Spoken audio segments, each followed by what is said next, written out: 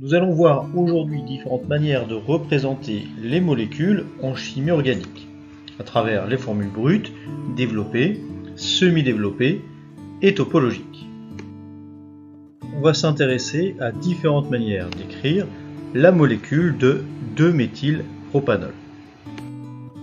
Tout d'abord, sa formule brute est C4H10O.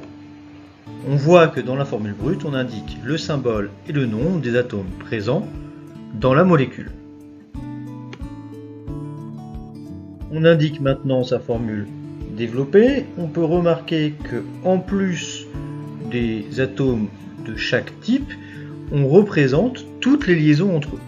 Dans la formule développée, on indique donc toutes les liaisons entre les atomes.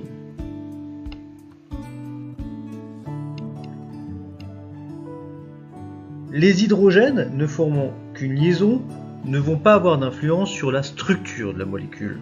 Donc dans la formule semi-développée, on va enlever simplement les liaisons avec les hydrogènes. Donc un carbone qui a 3 liaisons avec l'hydrogène va être représenté par CH3 ou bien H3C, ce qui est la même chose. Donc dans la formule semi-développée, on va indiquer toutes les liaisons, sauf celles avec l'hydrogène. Enfin, dans la formule topologique, on ne voit plus les carbones, ni les hydrogènes, ni les carbones. En fait, dans cette formule, on garde simplement la structure de la molécule, mais sans indiquer les carbones. Et dans ce cas, chaque extrémité et chaque brisure va correspondre à un carbone et aux hydrogènes associés. Pour connaître le nombre d'hydrogènes associés à un carbone, il suffit de se rappeler qu'un carbone doit faire 4 liaisons simples, et donc on complète, s'il n'y a pas 4 liaisons simples, par des hydrogènes. On va voir comment passer d'une formule à l'autre à travers deux exemples.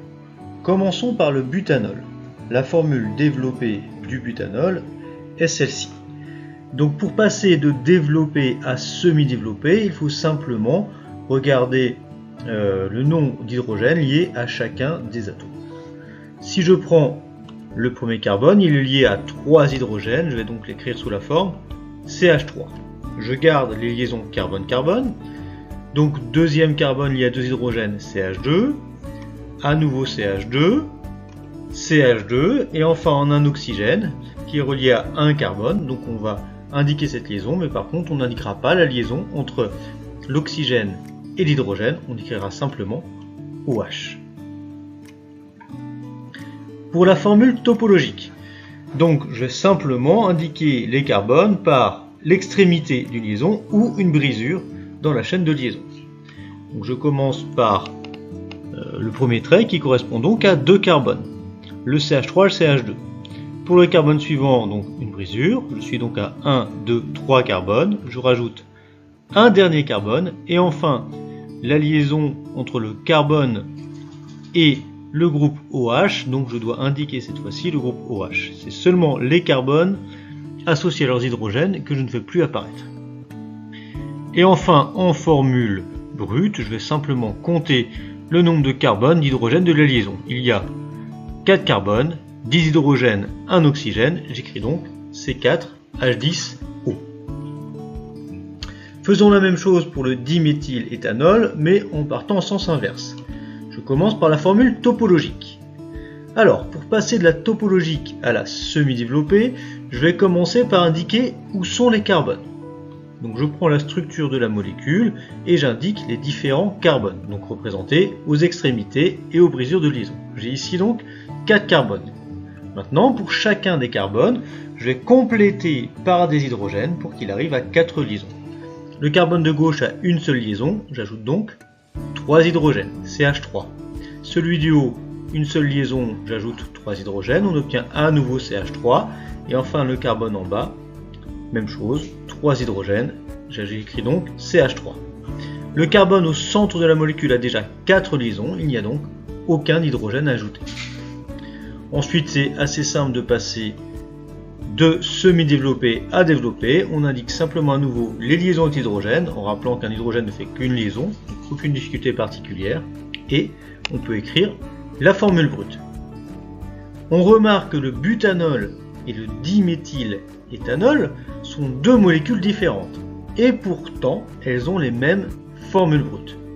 Cela montre qu'on peut avoir des formules développées, semi-développées et topologiques différentes pour des molécules, et pourtant la même formule brute.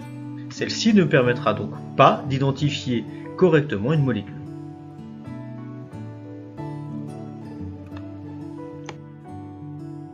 Pour conclure, on vient de montrer que des molécules ayant des formules développées, semi-développées et topologiques différentes peuvent avoir la même formule brute. La formule brute n'est donc pas suffisante pour identifier une molécule. Cependant, elle reste utile pour calculer la masse molaire de la molécule et elle est aussi utilisée lors de l'écriture des équations de réaction des transformations chimiques. Les autres formules pourraient être utiles pour indiquer le mécanisme réactionnel, mais n'ont pas d'intérêt si on veut simplement écrire l'équation de réaction de la transformation chimique. Les formules topologiques et semi-développées contiennent autant d'informations sur la structure de la molécule que la formule développée. On va donc très souvent préférer utiliser les formules topologiques ou formules semi-développées lors de l'écriture des molécules.